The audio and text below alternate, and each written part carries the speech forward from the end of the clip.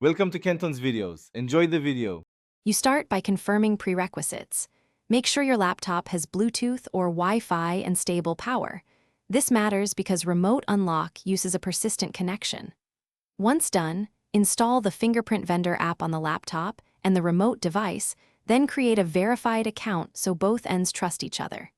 Next, gather the reader's credentials, admin password, and any one-time code or QR pairing token. This first set of actions prepares both devices for a secure pairing and avoids later rework.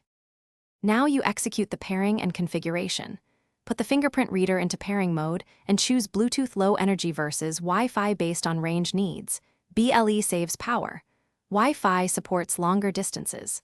Then run the vendor's pairing wizard. Scan the QR or input the OTP, grant microphone or location if requested, and accept device permissions so signals route correctly. Once paired, configure unlock rules, session timeout, and reliable fallbacks such as PIN or password to avoid being locked out. Finish by validating the full workflow. From a remote phone or hub, trigger a fingerprint and confirm the laptop unlocks.